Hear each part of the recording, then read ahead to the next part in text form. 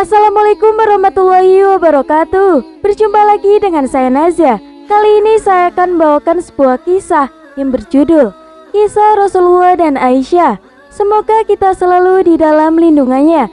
Jangan lupa untuk klik like, komen, subscribe, dan bunyikan loncengnya agar kalian tak ketinggalan kisah menarik lainnya. Tanpa berlama-lama lagi, langsung saja kita ke kisahnya. Pada bulan Syawal, mengingatkan kita pada sejumlah peristiwa penting dalam sejarah Islam. Salah satunya adalah pernikahan Rasulullah dengan Siti Aisyah. Peristiwa ini tak saja menjadi catatan sejarah penting, tetapi juga sekaligus sebagai pembantah keyakinan bangsa Arab, yang mana pada saat itu ada sebuah keyakinan bahwa bulan ke-10 dalam penanggalan Hijriah sebagai pandangan untuk melakukan pernikahan. Ahmad Dawasi dalam Asyiratun Nabawiyah wa Dawafiyah. Rasulullah menikahi Siti Aisyah jarak 3 tahun setelah kewafatan Siti Khadijah istri pertamanya. Akad pernikahan dilakukan di Mekah saat usia Aisyah masih 6 tahun. Kemudian Nabi Muhammad SAW baru menggaulinya ketika Aisyah sudah berusia 9 tahun. Dikutip dari Ahmad Dawasi dalam kitab yang berjudul Asyiratun Nabawiyah wa Dawafiyah, pernikahan Rasulullah dan Siti Aisyah berdasarkan petunjuk langsung dari Allah Subhanahu wa Ta'ala. Sebelum menikahi Aisyah, Rasulullah mendapatkan isyarat untuk menikahinya melalui mimpi yang dialaminya sampai 3 kali. Sebagaimana diketahui, mimpi seorang nabi adalah sebuah wahyu. Dalam hadis riwayat Muslim, dijelaskan dari Aisyah radhiyallahu anha, ia pun berkata bahwa Rasulullah bersabda, "Aku bermimpi tentangmu selama 3 malam. Malaikat membawamu dalam sebuah tempat yang terbuat dari sutra. Kemudian malaikat itu pun berkata, 'Ini adalah istrimu.' Aku buka wajahmu. Ternyata kau ada di dalamnya." Kemudian Aisyah pun berkata, "Jika ini datang dari Allah, maka akan berlanjut." Hadis riwayat Muslim.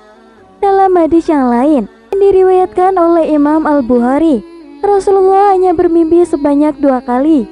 Sebagai sosok teladan, Rasulullah selalu memberikan pesan moral mulia dalam setiap langkah kehidupannya, termasuk peristiwa pernikahannya dengan putri Abu Bakar As-Siddiq.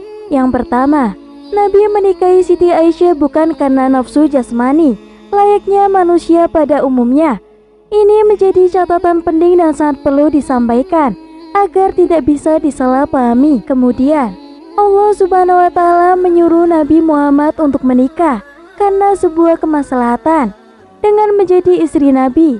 Ya, sejak usia dini dan kecerdasan yang dimilikinya, Aisyah banyak merekam jejak kehidupan para nabi yang tidak bisa dijangkau oleh para sahabatnya.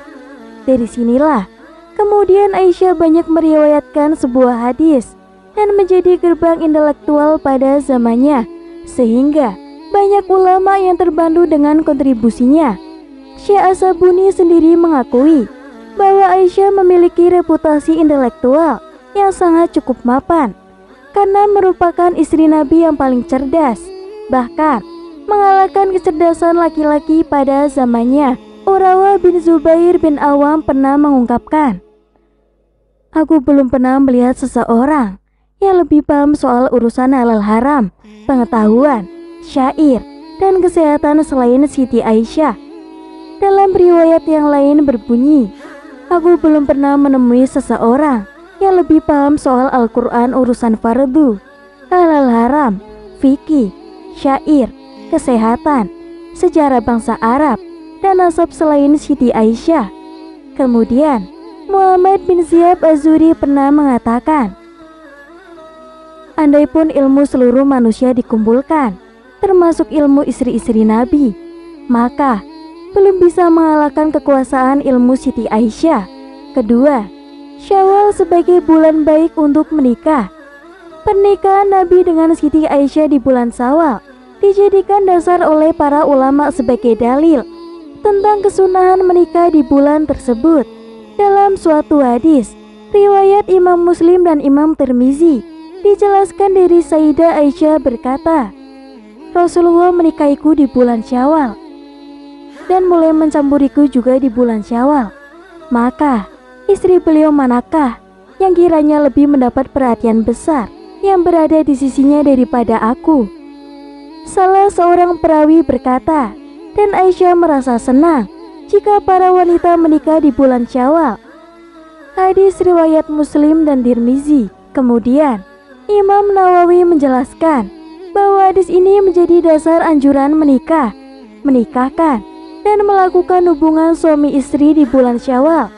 Selain itu, ucapan Siti Aisyah sekaligus membantah keyakinan bangsa Arab yang menjadikan bulan Syawal sebagai bulan pantangan untuk segera menikah, yang ternyata keyakinan tersebut merupakan warisan zaman jahiliyah yang sama sekali tidak memiliki sebuah dasar.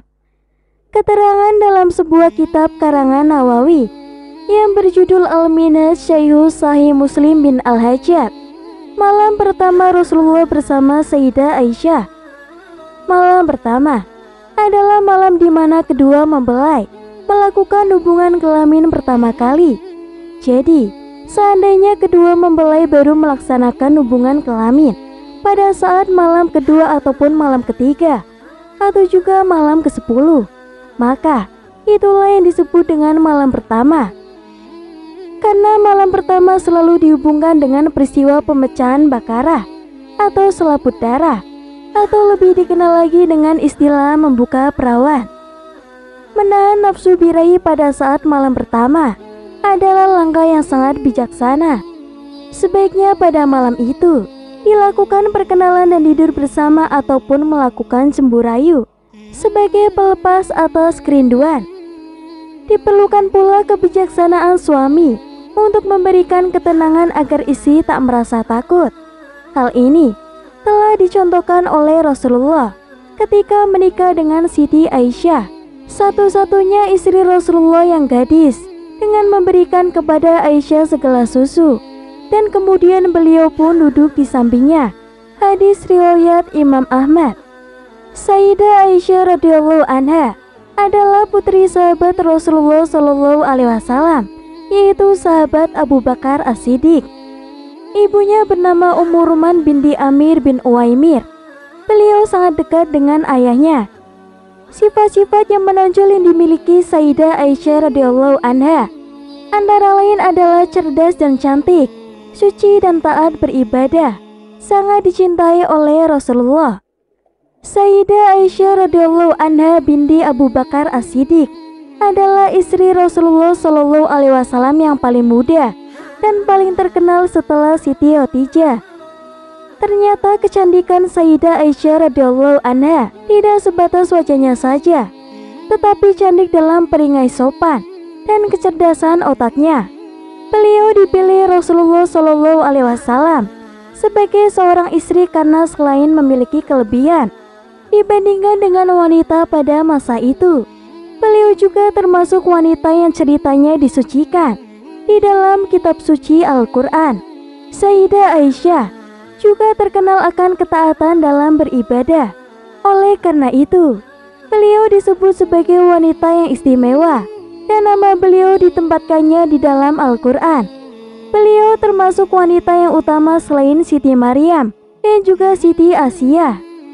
Kemudian Rasulullah Shallallahu alaihi wasallam pun bersabda, "Lelaki yang sempurna jumlahnya banyak dan tak ada wanita yang sempurna selain Maryam binti Imran dan Asia istri Fir'aun, dan keutamaan Aisyah dibandingkan dengan wanita-wanita yang lainnya sebagaimana keutamaan As-Sarid dibandingkan dengan makanan yang lain." Hadis riwayat Bukhari dan Muslim. Maksud hadis di atas adalah Siti Maryam dan Siti Asia adalah wanita yang sangat sempurna. Sayyidah Aisyah radhiyallahu anha adalah pelengkap rasa garam di antara semua wanita. Berarti makanan tanpa garam hambar rasanya.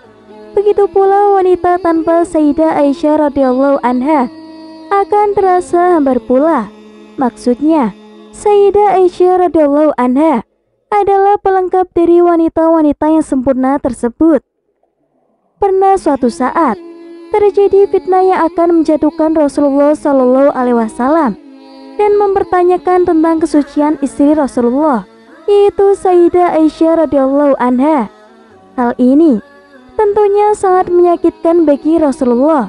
Beliau hanya bisa meminta pertolongan kepada Allah Subhanahu wa Ta'ala. Setiap malam selalu menangis dan berdoa bersama ayah dan ibunya hingga jatuh sakit. Lalu, pikiran beliau tertuju kepada Siti Maryam binti Amran sebagai sosok wanita yang menjaga kesuciannya dan kehormatan diri serta ketaatannya kepada Allah, juga tak lepas dari tuduhan fitnah. Dikarenakan tak ada bukti bahwa Sayyidah Aisyah radhiyallahu anha berakhlak buruk sedikit pun, maka penduduk bumi semakin percaya kebaikan beliau. Beliau merupakan seorang istri selain menjaga kesuciannya, juga menjadi harta benda bagi suaminya. Kemudian, Rasulullah Shallallahu Alaihi Wasallam semakin mempercayai istrinya yang benar-benar istri yang solihah. Betapa mulianya Sayyidah Aisyah radhiyallahu anha. Sejarah menyebutkan, Sayyidah Aisyah radhiyallahu anha wafat pada usia 85 tahun pada tanggal 27 Ramadan yang bertepatan pada hari Senin. Beliau dimakamkan di Baqi setelah sholat witir. Makam Baqi adalah makam para sahabat Rasulullah Shallallahu Alaihi Wasallam dan para orang-orang alim pada umumnya yang letaknya di sekitar Masjid Nabawi Madinah. Kemudian, yang memimpin sholat jenazahnya yaitu Abu Hurairah radhiyallahu anhu. Demikian, itulah tadi kisah malam pertama Rasulullah dengan Sayyidah Aisyah. Hendaknya kita sebagai hamba Allah melakukan apa yang sudah dicontohkan oleh sang kekasih Allah. Wallahu a'lam bishawab. Istri Rasulullah Shallallahu Alaihi Wasallam, yaitu Aisyah radhiyallahu anhu, pernah digosipkan melakukan perselingkuhan.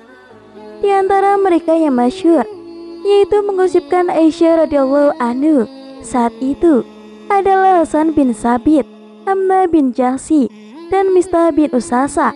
Sementara yang menjadi penyulutnya adalah Abdullah bin Ubay bin Salul. Ketika itu, Nabi Shallallahu Alaihi Wasallam naik ke atas mimbar. Kemudian beliau pun bersabda, "Siapa yang akan membelaku terhadap seseorang yang telah menyakitiku dengan menyakiti keluargaku?" Yang beliau maksud dengan orang itu adalah Abdullah bin Ubay bin Salul. Maka Sa'ad bin Mu'az radhiyallahu anhu pun berdiri, dan kemudian beliau pun berkata, "Aku yang akan membelamu, wahai Rasulullah. Apabila orang itu berasal dari kami, yaitu orang-orang Aus, maka kami pun akan segera membunuhnya. Apabila orang itu berasal dari saudara kami, yaitu orang-orang Khazraj, maka perintahkanlah pada kami untuk membunuhnya." Sa'ad bin Ubadah radhiyallahu anhu kemudian berdiri dan segera membantah perkataan Sa'ad bin Mu'az radhiyallahu anhu. Setelah itu, Usaid bin Huzair radhiyallahu anhu berdiri dan segera membantah perkataan Sa'ad bin Ubadah.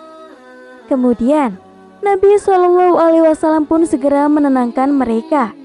Hadis riwayat Bukhari.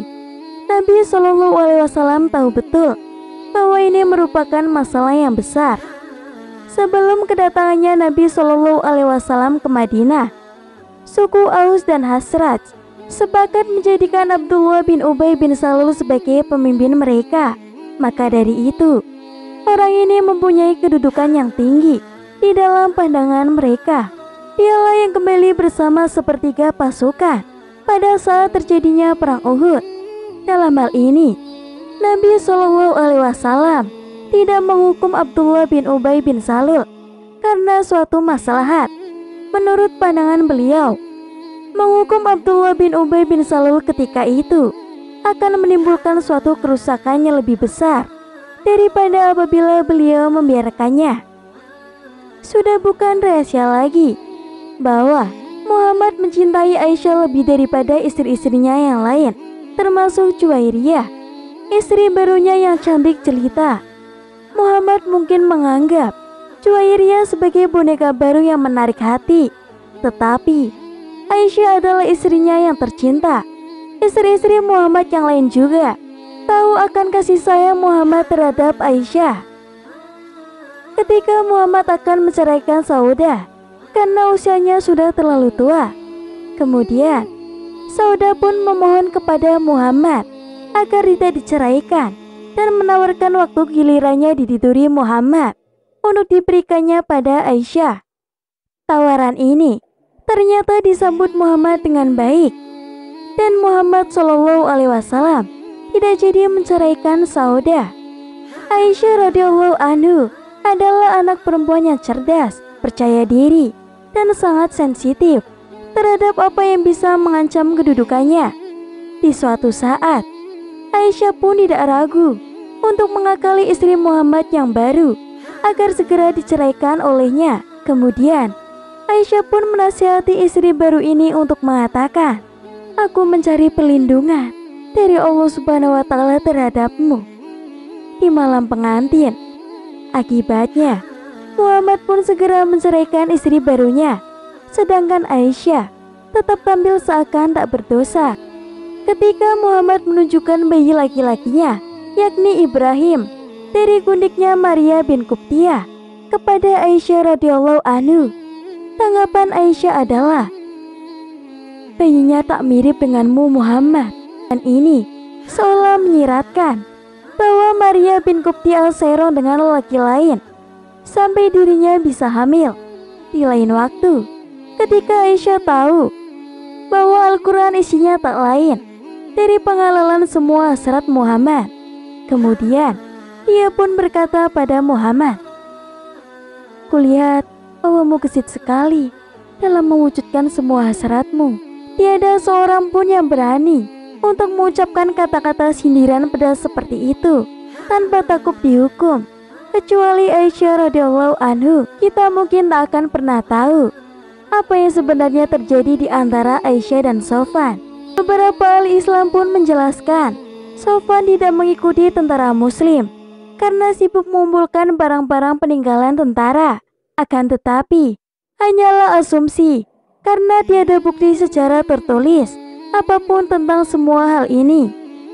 Aisyah radhiyallahu anhu adalah gadis remaja yang manja, dan ia pun sadar betul bahwa Muhammad tergila-gila kepadanya. Dia sangat menikmati kedudukannya sebagai istri kesayangan Muhammad, dan dia tentunya berusaha mempertahankan kedudukannya. Di penyerangan terhadap Bani Al-Mustalik, Aisyah tentunya sangat tersinggung ketika mengetahui perhatian Muhammad beralih kepada Juwairiyah, wanita yang dibencinya, dari perbuatan-perbuatannya terdahulu. Jelas, tampaklah bahwa Aisyah bukanlah gadis yang bisa menerima nasibnya. Dengan sangat pasrah dan tenang saja, Aisyah radhiyallahu anhu adalah gadis muda yang menyadari bahwa dia diperlakukan tak adil oleh suaminya yang berusia lebih tua daripada ayahnya. Dia pun belum berpengalaman dan juga tidak tahu bagaimana hubungan suami istri yang kemudian saling menghormati dan menghargai. Nasib Aisyah sangat buruk karena dia hanya boleh berhubungan dengan suaminya yang sudah tua saja dan tak boleh menikah lagi setelah suaminya mati. Kemudian Muhammad pun meminta umatnya untuk belajar separuh dari agama Islam dari Aisyah. Memang betul bahwa Aisyah lah yang menyampaikan hadis-hadis jauh lebih banyak daripada istri-istri Muhammad yang lain. Kebanyakan hadis-hadis yang disampaikan Aisyah adalah berhubungan dengan hubungan seks antara suami dan istrinya, dan ini merupakan jenis hadis untuk orang dewasa saja. Kemudian Muhammad pun sering menghadapi masalah sulit. Dia adalah nabi yang berpengalaman dan tahu cara keluar dari kesulitan dengan hanya mengeluarkan ayat-ayat ilahi nan sakti. Akan tetapi, dia ternyata tak berdaya dalam menghadapi gosip skandal Aisyah. Yang bisa dilakukannya hanyalah menunggu saja. Kemudian Muhammad pun segera menunggu sebulan sebelum dirinya menyatakan wahyu, sebab khawatir apabila Aisyah akan hamil, dan hal ini bisa bertentangan dengan isi ayat yang akan diwahyukannya. Jika Aisyah hamil, hal ini jelas membuktikan bahwa Aisyah telah berzina, karena Muhammad tak berhubungan seks dengan Aisyah sejak dia menikahi Juwairiyah. Setelah tiba di Madinah, kemudian Aisyah pun sakit dan hidup bersama dengan orang tuanya yang merawatnya. Muhammad tidak bicara dengannya selama sebulan. Selain itu, kenyataan pun menunjukkan bahwa Aisyah tidak pernah hamil setelah menikah dengan Muhammad selama bertahun-tahun. Dengan demikian, jika Aisyah hamil sekarang, maka hal ini tentunya akan menimbulkan banyak kecurigaan. Perselingkuhan Aisyah yang jelas merupakan hal yang membuat Muhammad gundah, merupakan masalah yang dapat ditanganinya jika hal itu merupakan masalah pribadi. Akan tetapi, keadaan jadi bertambah pelik karena berita perselingkuhan Aisyah telah menyebar ke seluruh kota. Tetapi, hal ini pun bisa diselesaikan dengan mudah. Andaikan saja Muhammad menyatakan wahyu ilahi yang menerangkan duduk perkara dan keputusan Allah. Muhammad SAW tentunya amat lega ketika Aisyah mengalami datang bulan lagi dan tidak jadi hamil. Dengan demikian, kehormatan Aisyah bisa kembali utuh. Muhammad pun lega karena terhindar dari beban berat dan dia seketika menyatakan wahyu yang telah lama dinantikan. Lalu, ada pun banyak pesan yang kita petik dari atas. Syekh Said Ramadan Al-Buti dalam Fikih Al-Sirah Al-Nabawiyah, bukunya yang terkenal itu, menuliskan bahwa rumor perselingkuhan itu adalah ujian terberat Nabi sepanjang hidupnya. Nabi sudah terbiasa dicaci maki, bahkan disakiti secara fisik. Tetapi kali ini berbeda. Ini menyangkut harga diri dan perasaan sebagai seorang suami, membuat psikis Nabi terguncang dengan hebat. Jika bukan karena wahyu, hampir saja Nabi Muhammad bisa saja membenarkan isu itu dan juga sekaligus menjadi bukti betapapun Nabi Muhammad SAW adalah seorang nabi. Beliau tetaplah manusia yang tak berdaya tanpa adanya informasi dari Allah Subhanahu wa Ta'ala. Sebagaimana manusia pada umumnya yang mengalami hal keraguan, bimbang, cemburu, galau, maupun hal-hal yang lain, Nabi pun juga merasakan hal yang serupa. Hal ini penting diketahui agar umat Islam tidak hanya menggambarkan Nabi Muhammad SAW dengan sifat-sifat yang hanya dimiliki Tuhan. Di samping itu, kisah tersebut juga mengisyaratkan bahwa Nabi tidak bisa serta-merta untuk meminta wahyu demi kepentingan pribadi. Nyatanya, Nabi Muhammad dibiarkan dengan kebingungannya yang terjadi selama kurang lebih 1 bulan. Andai saja wahyu bisa turun semau Nabi, beliau pun tidak akan segalau itu. Lebih jauh lagi, bahkan boleh jadi sejak awal diangkat menjadi nabi, perjalanan dakwanya akan berjalan mulus tanpa suatu rintangan.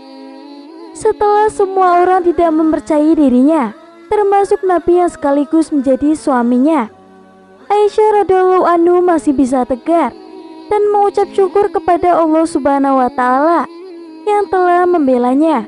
Kemudian, sebagian ulama pun berujar, bila Nabi Yusuf dibela Allah melalui seorang bayi yang bisa berbicara, kemudian Maryam diberi pertolongan melalui putranya itu, maka pada kasus Aisyah radhiyallahu anhu, Allah Subhanahu wa Ta'ala pun langsung yang turun tangan untuk menyelamatkan kehormatannya melalui wahyu. Perkataan ini menyiratkan betapa istimewanya ibu kita, yaitu Ummu al-Mu'minin di sisi Allah Subhanahu wa Ta'ala. Wallahu a'lam. Suatu ketika, Rasulullah baru pulang dari jihad fisabilillah bersama dengan para sahabat. Kemudian beliau pun berjalan masuk menuju ke kota Madinah. Rupanya di sana telah menunggu Aisyah dengan penuh rasa rindu. Ia pun menanti kedatangan Rasulullah di tengah-tengah kota Madinah. Ketika melihat Rasulullah, ia pun segera langsung menyambut dengan penuh kehangatan. Kisah romantis Aisyah dan Rasulullah. Setibanya di rumah, Rasulullah pun segera beristirahat untuk melepaskan lelah. Sementara Aisyah tengah sibuk di dapur untuk mempersiapkan minuman. Setelah jadi, segeralah disuguhkannya minuman itu kepada Rasulullah. Kemudian Rasulullah pun meraih gelas darinya, dan minuman itu diteguk secara perlahan.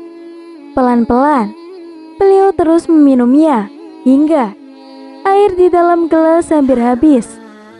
Melihat Rasulullah hampir menghabiskan minumannya disuguhkan, kemudian Aisyah bertanya heran, "Ya Rasulullah, biasanya kau selalu memberikan sebagian minuman kepadaku. Tetapi, mengapa hari ini tidak kau berikan gelas itu?" Mendengar pertanyaannya, Rasulullah pun diam sejenak. Tanpa menjawab, beliau kembali melanjutkan minumnya, hendak menghabiskan air yang sudah ada di dalam gelas. Tak mendapat jawaban, Aisyah pun kembali bertanya, "Ya Rasulullah, biasanya kau memberi sebagian minuman padaku. Namun, mengapa hari ini tidak kau berikan gelasmu itu?" Kemudian, Rasulullah pun melihat ke arah dirinya dan mengurungkan niatnya untuk menghabiskan minuman. Diberikannya gelas yang sedang dipegang kepada Aisyah. Di dalamnya masih tersisa minuman yang dibuat oleh istri tercintanya itu.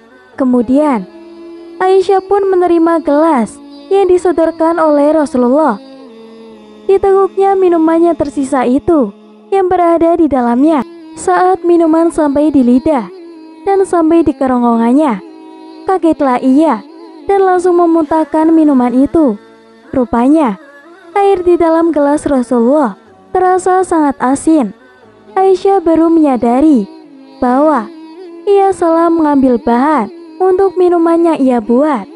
Seharusnya ia menambahkan gula, bukan menambahkan garam. Seketika, Aisyah meminta maaf kepada Rasulullah. Hikmah dari kisah Rasulullah dan segelas air dari Aisyah. Kisah tentang Aisyah yang menyuguhkan minuman itu kepada Rasulullah terasa sangat singkat. Namun, banyak pelajaran yang bisa kita petik. Kita bisa melihat suasana rumah tangga Rasulullah dan juga cara Rasulullah menghadapi istrinya dengan rasa penuh kesabaran. Tak ada emosi yang meledak-ledak dalam interaksi Rasulullah. Dari kisah itu, kita pun bisa merenungi bagaimana sabarnya Rasulullah terhadap istri yang usianya jauh lebih muda. Pulang dari perjalanan jihad fisabilillah, sudah tentu Rasulullah merasakan lelah yang amat terasa berat. Dalam kondisi fisik demikian, biasanya orang jadi mudah tersinggung dan menunjukkan emosi yang meledak-ledak. Akan tetapi, berbeda dengan Rasulullah kepada Aisyah yang menyuguhkan minuman asin, Rasulullah tidak menunjukkan amarah. Sebaliknya, beliau berniat untuk menghabiskan isi gelas yang sudah dihidangkannya. Jika biasanya beliau menyisakan sebagian untuk Aisyah, berbeda dengan kali itu, Rasulullah tanpa ingin menghabiskan minuman agar Aisyah tak perlu merasakan asinnya minuman itu. Namun, akhirnya Aisyah pun memaksa, dan Rasulullah kemudian memberikannya gelas yang tengah beliau pegang. Dari sikap Rasulullah, kita bisa belajar bagaimana Rasulullah sangat sabar, lembut, dan penuh kasih sayang kepada istrinya itu. Rasulullah selalu menjaga istrinya, baik dari menjaga fisik maupun menjaga perasaan. Rasulullah tidak membiarkan minuman asin itu diteguk oleh Aisyah, agar Aisyah tidak merasa malu karena telah menghidangkan minuman yang rasanya sangat asin. Beliau pun juga tidak menegur atau memarahi Aisyah yang tidak sengaja berbuat kekeliruan. Sikap Rasulullah dalam berumah tangga. Sebagai manusia yang mulia dengan akhlak yang terbaik, Rasulullah banyak memberi teladan tentang cara menyikapi kehidupan. Salah satunya ada dalam kehidupan rumah tangga beliau. Banyak kisah dan riwayat yang menunjukkan bahwa Rasulullah adalah seorang suami yang sabar, dan berakhlak baik kepada istrinya. Beliau bukan orang yang suka merendahkan wanita, apalagi bersikap kasar. Misalnya, beliau tidak keberatan untuk membantu tugas rumah tangga istrinya. Beliau juga selalu bersikap lembut, bahkan saat beliau sedang marah. Ketika marah, Rasulullah tak pernah menunjukkannya dengan sikap kasar atau kata-kata yang menyakitkan hati. Misalnya, dalam suatu riwayat yang menceritakan saat dirinya dan Rasulullah berselisih. Dalam perselisihan itu, wajar jika seseorang akhirnya merasa emosi. Begitupun dengan Rasulullah. Beliau yang nampak marah berkata kepada Aisyah, "Tutuplah matamu." Ia pun menuruti perkataan suaminya dan segera menutup matanya dengan perasaan cemas. Ia merasa khawatir Rasulullah akan murka dan meledak amarahnya. Namun, Rasulullah pun berkata, "Mendekatlah." Aisyah mendekat dengan perasaan yang sangat takut, dan Rasulullah pun segera memeluknya. Rasulullah kemudian berkata, "Umairahku, telah pergi amarahku setelah memeluk dirimu." Ketika menghadapi dirinya yang marah, Rasulullah hanya akan memijit hidung Aisyah, dan kemudian ia pun berkata, "Wahai Aisyah, bacalah doa ini. Wahai Tuanku, Tuhan Muhammad, ampunilah dosa-dosaku, hilangkanlah kekerasan di dalam hatiku, dan lindungilah diriku dari fitnah yang menyesatkan." Rasulullah pun sangat memahami bahwa menunjukkan akhlak baik kepada istri merupakan tanda sempurnanya iman. Sebagaimana sabda beliau, "Orang mukmin yang paling sempurna imannya adalah yang paling baik akhlaknya. Lelaki yang paling baik di antara kalian adalah yang paling baik terhadap istrinya sendiri." Hadis riwayat Tirmizi. Bukan hanya sekali beliau berpesan tentang pentingnya menjaga akhlak kepada istri, Rasulullah pun juga pernah berpesan bahwa untuk membimbing seorang istri diperlukan adanya kelembutan. Dari Abu Hurairah radhiyallahu anhu, Rasulullah pun bersabda, "Saling berpesanlah kalian untuk memperlakukan wanita dengan baik, karena sesungguhnya wanita itu diciptakan dari tulang rusuk, dan sesungguhnya yang paling bengkok dari tulang rusuk adalah bagian atasnya. Jika engkau bersikeras meluruskannya, niscaya engkau akan mematahkannya. Dan jika kau biarkan, ia tetap akan bengkok. Karenanya, salinglah berpesan dan juga menasihati dengan para wanita." Cukup sekian kisah yang dapat saya sampaikan. Semoga bermanfaat dan memberi pelajaran bagi kita semua. Akhir kata, wassalamualaikum warahmatullahi wabarakatuh.